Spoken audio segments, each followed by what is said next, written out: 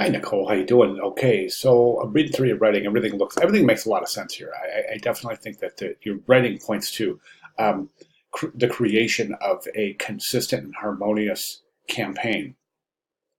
Now, as we move into execution, there's a couple of things I want to recommend. Okay, so here is the poster. I'm just going to go through this really quick. Okay, just the three of these really quick. So there's the poster. There is the billboard. And we can get these both up in the window at the same time. And then I also want to take the banner and get that in the window also. So I want to take a look at the three of these. Now, what do we see here? If we take a look at the three of these pieces, we see three very different approaches. The only thing holding these together in terms of visual cohesion is the headline, the type for the headline, which is extremely, extremely difficult to read.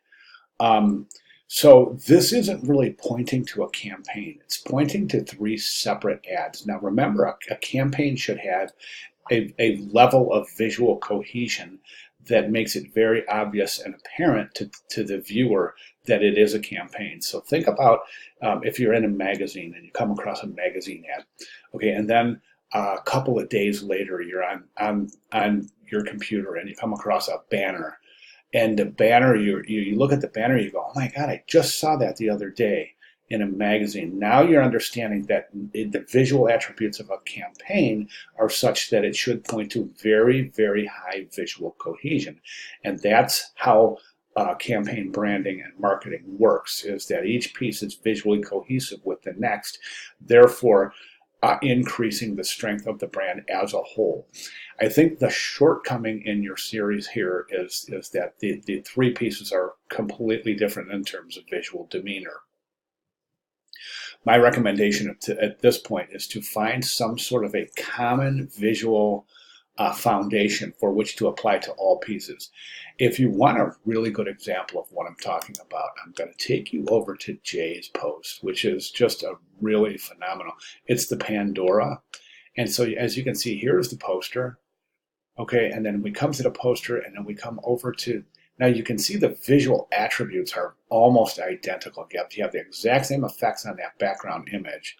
So these are very much indicative of a campaign in that they're visually very, very cohesive, very consistent. There's no getting around that these are part of a campaign.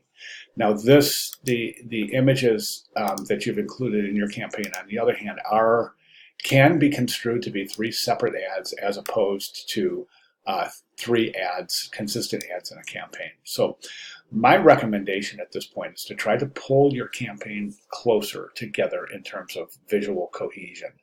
Don't forget to assemble the rest of the type for the banner ad. That's gonna really matter considerably. Now, the banner ad, we have a little bit of an issue because there's no real focal point here.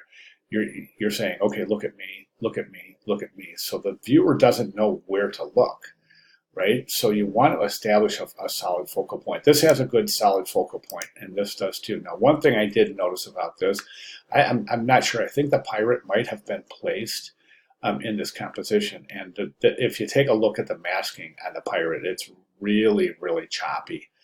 So I know that you did mention that you need to clean up your masks in your writing. So I just wanted to reinforce that. Now, one thing I would recommend is you've got your headline type.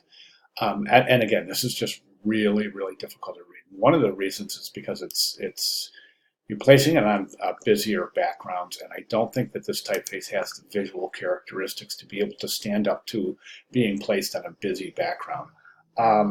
I think that if depending on the color, specifically not with this type, maybe try a different color. Maybe try white. Well, I think white would be a little bit more visible, but that's going to present a problem here. White's going to present a problem here, and it's also going to present a problem here since these both have clouds. So you want to find a presentation for the headline that is very, very visible on either of the three backgrounds, or any background for that matter that you happen to use, any background you happen to use in your campaign. But this, using the same typeface for the body copy, is definitely problematic because we cannot read that at all. I would recommend taking your body copy. Then if you want to keep this set up right here, you'll take your body copy and just create it in maybe a sans serif typeface, traditional, and just maybe place it like that. Again, it's got to be visible, and you've got to use the same font for your subtext that you would use here and here, since you've got subtext on the banner and the poster. I would also recommend adding some subtext to the billboard. Okay, so those are my recommendations. I think right now the name of the game points to consistency. Really want to push this. So, for example, don't let the image drive your decisions. Okay, so this type placed over here, it's not centered. It's centered within the composition itself, but it's off center in the let me rephrase it. It's centered as a typographic composition, somewhat. See, it's not even really centered there. So I think that is, yeah, that's not centered, nor is it left aligned. But it's also not centered in the composition. It's forced over to the right, and the reason being is because it seems like you were having some readability issues with this area right here, so it forced you to push this over to the right. And I think that looks like a decision that was obvious, that the designer had placed the type in this location because it was forced to, because it wasn't visible in another location.